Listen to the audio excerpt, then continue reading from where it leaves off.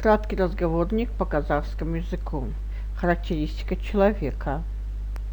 Авторитетный, беделді, бездеятельный, инжар, бездумный, ойсыз, бездушный, рахымсыз, безжалостный, мейірімсіз, беззастенчивый, шімірікпейтін, безответственный, жауапсыз, безразличный, парықсыз, безропотный, көнбіс, безупречный, мінсіз, выдающийся, кемеңгер, выдержанный, ұстамды, великий, ұлы, веселый, көңілді, высокого роста, ұзын бойлы, глупый, зердесіз, грустный, көңілсіз, двуликий, екіжүзді, деловой, іскер, добросовестный, адал, ұятты, арлы, добрый, ақкөңіл, қайырымды, мейірімді, доверчивый, сенгіш, нанғыш, жомарт, щедрый.